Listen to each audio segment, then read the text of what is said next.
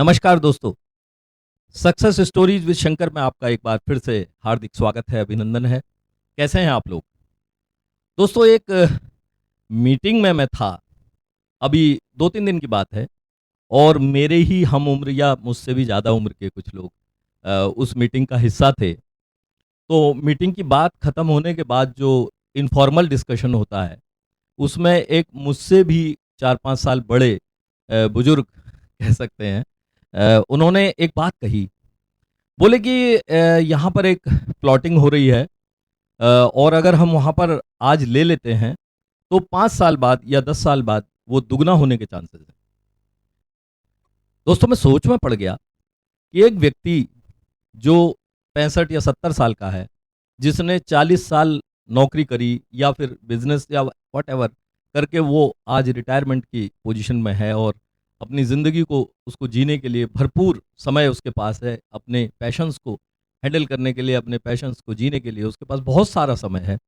तब वो ये कैसे सोच सकता है कि आज हम अगर एक प्लॉट ले लेंगे, तो वो 5 साल बाद या 10 साल बाद या 15 साल बाद कितने रुपए का हो जाएगा?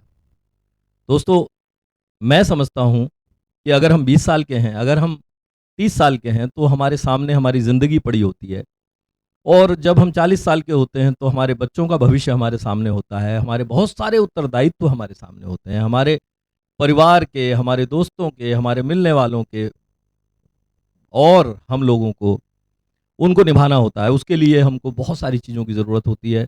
हमारे को समय की ज़रूरत है, हमको पैसे की ज़रूरत है, हमको प्रोग्रेस की ज़रूरत है, हमें प्रॉपर्टी खरीदनी होती है, हमको अपने लिए फ्लैट या मकान खरीदना होता है, सब कुछ होता है। लेकिन when we have completed our active life up to 60 years or more, then what is the need of purchasing anything for getting it enhanced in coming 10 years or 15 years or 20 years? मुझे लगता है कि अगर ज़िंदगी को हमें ठीक से जीना है, तो हमको ना ये टेंशन से दूर रहना चाहिए। कितना इन्वेस्टमेंट किया है, हमको क्या रिटर्न मिलेगा?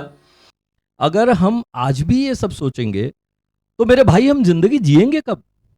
मैं समझता हूँ कि हम लोगों को अपनी लाइफ़ का टाइम मैनेजमेंट बहुत अच्छे से करना चाहिए, क्योंकि जब हम कम उम्र के होते हैं, तो हमारे सामने बहुत सारी ड्यूटीज़ होती हैं, रिस्पॉन्सिबिलिटीज़ होती हैं और बहुत कुछ करने के लिए बहुत लंबी यात्रा होती है।